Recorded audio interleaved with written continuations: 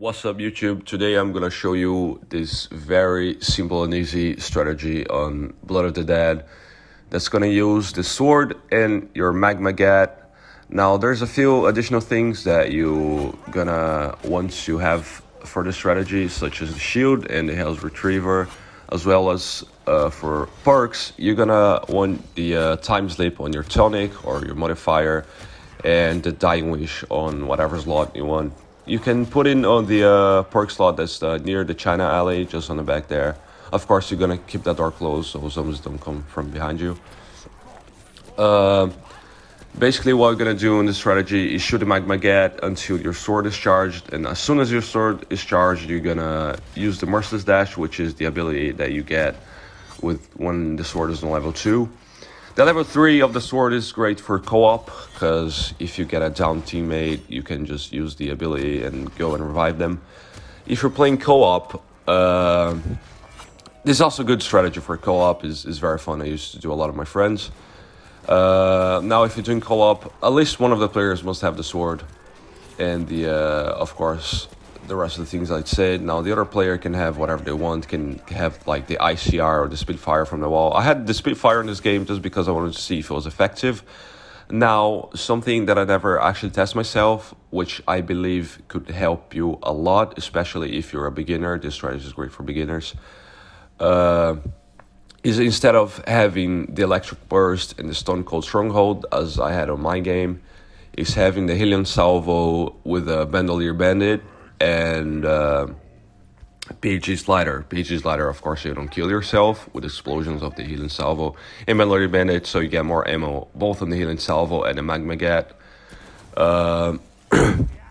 I noticed that around round 48, 49, I was running low on ammo.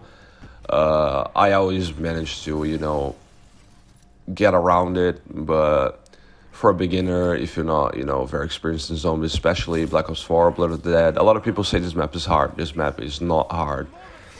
But yeah, you can do that. I'm gonna try and do that someday. But just the Magmagat is enough to get you to round 50. I barely even used my Spitfire. I was just really testing it.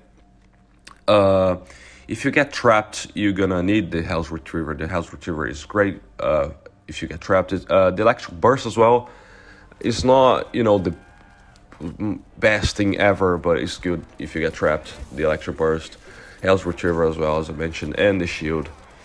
Now, sometimes the zombies, they're just gonna ignore the Magmagat thing you shoot on the ground. Make sure to shoot the ground, not the zombies. If you shoot a zombie and the shot of the Magmagat stays on the zombie, the other zombies they're not gonna go for, the shot of the Magmagat. They're gonna run straight up to you. So make sure you always shoot in the ground every 4 seconds, 4 to 5 seconds, and then as soon as your sword is charged, you're gonna go ahead and use it with the Merciless Dash, and then as soon as it ends, you go back and start using the Magmagat again until the sword is charged. And it's basically that. It's pretty simple, pretty basic.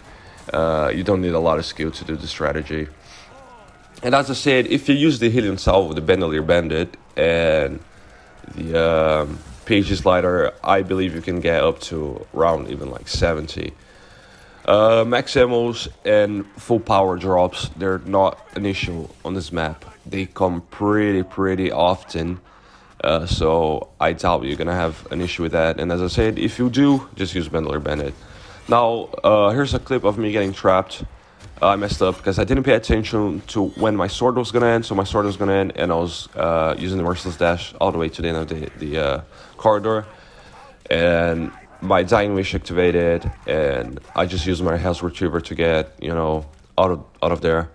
And then we got a max ammo, so that's great. This next clip is gonna be a Warden round. So what's gonna happen, some rounds, I think every like 5 rounds or so, I have no idea, you're gonna have rounds where a lot of Wardens are gonna spawn. And Wardens, they usually drop max ammos and full powers. They can drop the other drops, of course, but on my game it was usually max ammo and full power, which is great. It's gonna help you a ton. So yeah, that's pretty much the strategy. It's not hard. You might have a bit of difficulty killing the Warden, especially if you don't have the sword, but just shoot him with the Magmagat. So here you can see that the Warden spawned, and I'm just using the Merciless Dash of the sword on him. That's gonna kill him. I think it was the Warden who dropped the full power there. I'm gonna save that full power until I'm low on the sword. Yeah, just grabbed it, and I'm gonna keep on doing this. I think the next Warden is also gonna drop a full power. I don't remember. Let's see. So there's the Warden. I'm just gonna use the Merciless Dash, as I said. Yeah, they dropped another full power, so that's how easy this strategy is. But anyways, thank you guys for watching. This is my first ever video that I actually put like effort into. So yeah, thank you for watching, and I'll see you on the next one.